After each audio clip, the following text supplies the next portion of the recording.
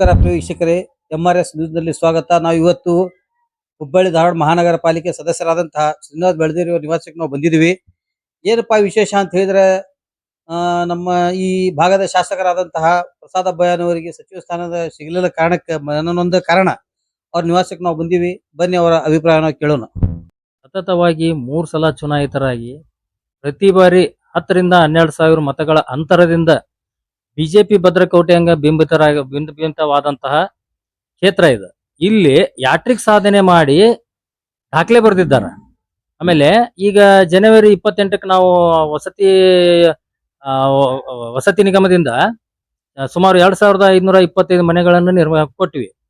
ಮಾನ್ಯ ಸಚಿವರಾದಂತಹ ಜಮೀರ್ ಅಹಮದ್ ಖಾನ್ ಅವರು ಹಾಗೂ ಕೊಳಚೆ ನಿರ್ಮೂಲನಾ ಅಭಿವೃದ್ಧಿ ಮಂಡಳಿಯ ಅಧ್ಯಕ್ಷರಾದಂತಹ ಸನ್ಮಾನ್ಯ ಶ್ರೀ ಪ್ರಸಾದ್ ಅಬ್ಬಯ್ಯದವರ ನೇತೃತ್ವದೊಳಗೆ ಏನು ನಾವು ರ್ಯಾಲಿ ಮಾಡಿದ್ವಲ್ಲ, ನಾವು ಸುಮಾರು 1-2 ಲಕ್ಷ ಜನ ಸೇರಿಸಬಹುದು ನಾವು ಅಂತ ಅನ್ಕೊಂಡಿದ್ವಿ.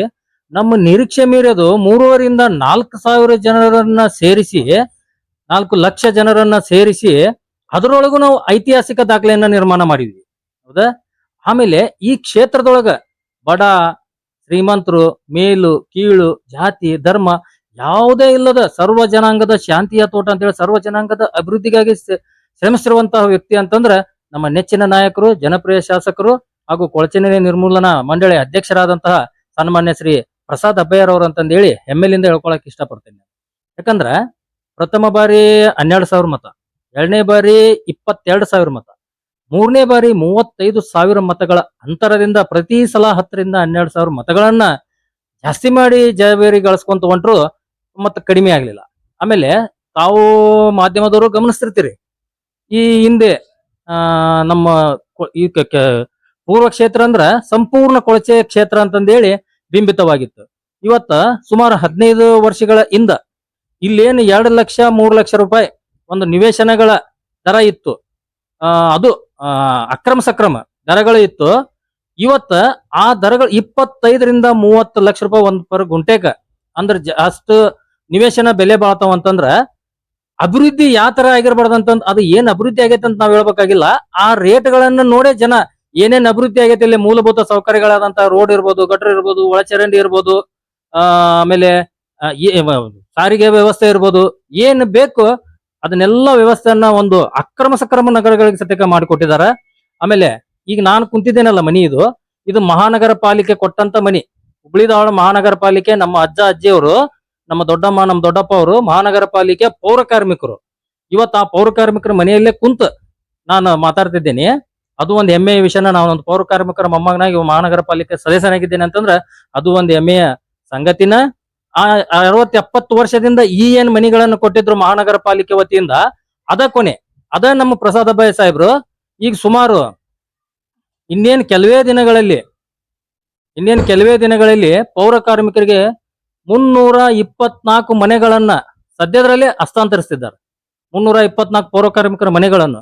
ಆಮೇಲೆ ಪೌರ ಕಾರ್ಮಿಕರು ಸುಮಾರು ನಮ್ಮ ಪೌರ ಕಾರ್ಮಿಕರು ಇರ್ಬೋದು, ಟಿಪ್ಪರ್ ಗಾಡಿ ಚಾಲಕರು ಇರ್ಬೋದು, ಇನ್ನಿತರೆ ಮಹಾನಗರ ಪಾಲಿಕೆ ಕೆಲಸ ಮಾಡುವಂತರು ಇರ್ಬೋದು, ಅವ್ರಿಗೆ ಸರಿ ಮುಂಚೆ ಈ 1 ವರ್ಷದ 2 ವರ್ಷದ 3 ವರ್ಷದ ಹಿಂದ್ಗಡೆ 3 ತಿಂಗಳಿಗೊಮ್ಮೆ 4 ತಿಂಗಳಿಗೊಮ್ಮೆ 2 ತಿಂಗಳಿಗೊಮ್ಮೆ ವೇತನ ಹಾಕಿತ್ತು. ಇವತ್ತು ಅವ್ರಿಗೆ 1 ದಿನ ಬಿಫೋರ್ ಅಂದ್ರೆ ನಾಳೆ 1 ತಾರೀಕು ಐತಂದ್ರ ಇವತ್ತು 31 ಇಲ್ಲ 30ನೇ ತಾರೀಕಿಗೆ ಪೇಮೆಂಟ್ ಆಗ್ಬೇಕು. ಅವ್ರಿಗೆ ಬರ್ತಕ್ಕಂತ ಸೌಲಭ್ಯಗಳನ್ನು ಕೊಡ್ಬೇಕು. ಬಟ್ಟೆ ಇರ್ಬೋದು, ಅರಿವೆ ಇರ್ಬೋದು, ಸಂಕಷ್ಟ ಭತ್ಯೆ ಇರ್ಬೋದು. ಆಮೇಲೆ ಇನ್ನೊಂದು ಇತಿಹಾಸ ಏನ್ ಮಾಡಿದಾರ ಅಂದ್ರ ಅವ್ರಿಗೆ ಪ್ರತಿದಿನ 35 ರೂಪಾಯಿದಂತೆ 1,050 ರೂಪಾಯಿ ನಾಷ್ಟ ಕೊಡ್ತಿದ್ರು ಬೆಳಿಗ್ಗೆ. ಅದನ್ನ ಅವ್ರಿಗೆ ಸರಿಯಾಗಿ ಬಂದು ಮುಟ್ತಿರ್ಲಿಲ್ಲ. ಕಳಪೆ ಮಟ್ಟದ ಆಹಾರ ಬಂದು ಅವ್ರ ಆರೋಗ್ಯನೂ ಕೆಡ್ತಿತ್ತು. ಅದ್ರ ಸಲುವಾಗಿ ಏನ್ ಮಾಡಿದ್ರು, ಅವ್ರ ವೇತನದಲ್ಲೇ ಈ ತಿಂಗಳಿಂದ ಅವ್ರ ವೇತನದಲ್ಲಿ ಅದನ್ನ ಸೇರಿಸಿ ಕೊಡ್ಬೇಕಂತಂದೇಳಿ ಈ ತಿಂಗಳಿಂದ ಈ ಏನ್ ಜುಲೈ ಪೇಮೆಂಟ್ ಆಗಿದೆಯಲ್ಲ ಅದರಲ್ಲಿ 1,050 ರೂಪಾಯಿ ಸೇರಿಸಿ ಅವರಿಗೆ ವೇತನವನ್ನು ನೀಡಿದ್ದಾರೆ. ಇದನ್ನೆಲ್ಲ ನಾನು ಮೊಮ್ಮಗಂತಂದು ಯಾಕೆ ಹೇಳಿದ್ವಿ ಅಂತಂದ್ರ, ನಮ್ಮ ಶಾಸಕರು ಆ ಸಂಬಂಧಪಟ್ಟಂತ ಪೌರ ಕಾರ್ಮಿಕರು ಏನ್ ಮನೆಯಲ್ಲಿ ಇದೆ ಅಂತಂದಿಲ್ಲ, 324 ಪೌರ ಕಾರ್ಮಿಕರಿಗೆ ಮತ್ತೆ ಮನೆಗಳನ್ನು ಕಟ್ಟಿಸಿಕೊಡ್ತಾ ಇದ್ದಾರ. ಆ ಒಂದು ಕಾರಣಕ್ಕಾಗಿ ಈ ಮಾತುಗಳನ್ನ ಹೇಳಕ್ ಬಂತು.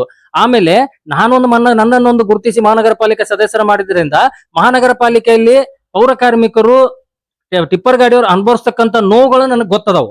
ಅದನ್ನ ನಾನು ನಮ್ಮ ಶಾಸಕರಿಗೆ ನಜರಿಗೆ ತೊಗೊಂಬಂದು ಅದನ್ನ ಗಮನಕ್ಕೆ ತೊಗೊಂಬಂದು ಅವ್ರು ಏನ್ ಕಷ್ಟಗಳನ್ನ ಅದಾವ ಅದನ್ನ ನಾನು ಅವ್ರ ಮುಂದೆ ಇಟ್ಟಾಗ ಅವ್ರು ಇಮಿಡಿಯೇಟ್ಲಿ ಅದನ್ನ ತಕ್ಷಣ ಯಾವ್ದಾದ್ರು ಅಧಿಕಾರಿಗಳಿಗೆ ಸಂಪರ್ಕ ಮಾಡ್ಬೇಕು ಅದನ್ನ ಮಾಡಿ ನೀವು ಇಮಿಡಿಯೇಟ್ಲಿ ಇವ್ರಿಗೆ ಇಂಥದ್ದು ಮಾಡಿ ನಮ್ಮ ಶ್ರೀನಿವಾಸ್ ಅವ್ರು ಬರ್ತಾರ ಇಂತಿಂತದ್ ಮಾಡಿ ಕೊಡ್ಬೇಕು ಅಂತಂದೇಳಿ ಅವ್ರಿಗೆ ಸೂಚಿಸಾಕ್ ಕುಂತಾರ. ಇಂಥ ಒಂದು ವ್ಯಕ್ತಿ ಒಬ್ಬ ಸಚಿವರಾಗಿ ಅಧಿಕಾರ ಸ್ವೀಕಾರ ಮಾಡ್ಕೊಂಡು ಇನ್ನು ಏನೆಲ್ಲ ಮಾಡಬಾರ್ದು ಅನ್ನೋದು ನಮ್ಮ ಭಾಷೆ. ಹಿಂಗಾಗಿ ನಮ್ಮ ಮನನೊಂದು ನಮ್ಗೆ ಎಲ್ಲಿ ಹೋಗಾಕನು ಮನಸ್ಸಾಗಿಲ್ಲ. ನಮಗ್ ಬಾಳ ಬೇಜಾರ ಅಂದ್ರೆ ಬಾಳ ಬೇಜಾರ. ಇನ್ನೂ ನಿರೀಕ್ಷೆ ಒಳಗೆ ಎಲ್ಲೋ ಒಂದ್ ಕಡೆ ಏನೋ ಮಾಡ್ತಾರ ಏನೋ ಅಂತಂದೇಳಿ ಅದ್ರ ನಮ್ಮ ಶಾಸಕರು ಅವರು ಇನ್ನೂ ಬಂದಿಲ್ಲ. ಪಾಪ ಅವರು ಮನನೊಂದ್ಕೊಂಡಿದ್ದಾರೆ ಭವಿಷ್ಯ. ಆದ್ರೆ ಅವರು ಇದು ಏನಂದ್ರ ಬಹಳ ಸಮಾಧಾನ ಮನುಷ್ಯ. ಆಮೇಲೆ ಅಂತ ವ್ಯಕ್ತಿ ಈ ನಮ್ಮ ಕ್ಷೇತ್ರಕ್ಕೆ ಸಚಿವರಾಗೋದು ಬಹಳ ಅವಶ್ಯ ಐತಿ. ಇದು ನನ್ನ ವೈಯಕ್ತಿಕನೂ ಆಗಿರ್ಬೋದು, ಜನರ ಅಭಿಪ್ರಾಯನೂ ಐತಿ, ನನ್ನ ವೈಯಕ್ತಿಕನೂ ಐತಿ ಇದು. ಯಾಕಂದ್ರ 32 ವರ್ಷದಿಂದ ನಮ್ಮ ಭಾಗಕ್ಕೆ ಧಾರವಾಡ ಜಿಲ್ಲಾ, ಧಾರವಾಡ ಹುಬ್ಳಿ ಧಾರವಾಡ ಭಾಗಕ್ಕ ಒಟ್ಟ ಎಡಗೈ ಆಗ್ಲಿ ಬಲಗೈ ಆಗ್ಲಿ ದಲಿತ ಸಮುದಾಯಕ್ಕೆ ಸಚಿವ ಸ್ಥಾನನ ಕೊಟ್ಟಿಲ್ಲ. ಬರೇ ಅನ್ಯಾಯನ ಮಾಡ್ಕೊಂತ ಬಂದಾರ, ಸಚಿವ ಸ್ಥಾನನ ಕೊಟ್ಟಿಲ್ಲ. ಈಗ ಅದಕ್ಕಾಗಿ ನಮಗ ಈ ಸಲ ಆದ್ರೂ ಕೊಡ್ತಾರ ಅಂತ ಬಹಳ ನಿರೀಕ್ಷೆ ಒಳಗಿದ್ವಿ. ಆದ್ರೂ ಈ ಬಾರಿ ನಿರಾಶೆ ಮಾಡಿದಾರ. ಹಿಂಗಾಗಿ ನಾವು ಇನ್ನು ಮುಂದೆ ಏನ್ ವಿಚಾರ ಮಾಡ್ಬೇಕಂತಂದೇಳಿ ನಾವು ಈಗ ನಮ್ಮ ಶಾಸಕರು ಬಂದಿಂದ ಅವ್ರ ಜೊತೆ ನಿರ್ಗಾಲೋಚನೆ ಮಾಡಿ ಮುಂದಿನ ಕ್ರಮ ತಗೋಬೇಕಂತೇಳಿ. ಓಕೆ, ಧನ್ಯವಾದಗಳು. ನಿನ್ನೆ ತಾನೇ ಏನು ಸಚಿವ ಸಂಪುಟ